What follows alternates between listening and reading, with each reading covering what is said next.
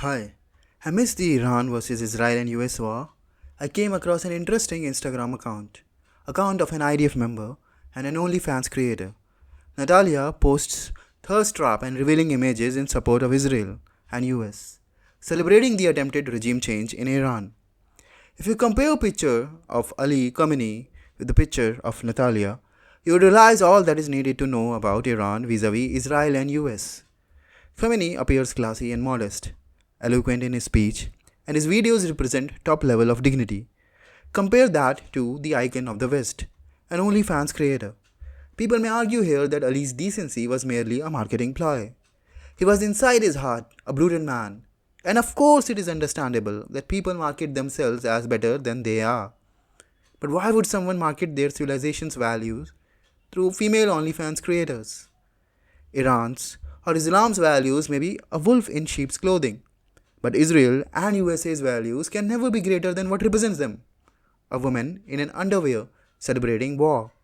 It is not just enough to have female OF creators, but to let them speak on war makes them philosophers and leaders, which shows that Israel and USA do not suffer merely from natural immodesty of women, but where the vulgar woman head the nation in an important way. Often people depict the fight between Iran and Israel and US as a fight between repression and freedom.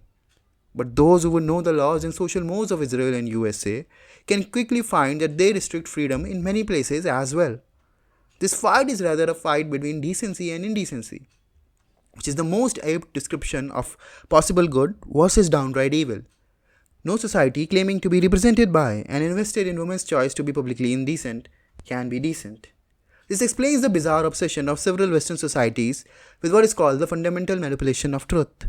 How the most peaceful nations are most prone to war. How the nations that regard the human lives the most celebrate bombing and discuss how their nations can kill the leaders of other nations like killing an insect. If you set aside the garb of freedom, it exactly mirrors the actions of a cartoon villain. And that explains the erosion of peace and fundamental degeneracy of the West.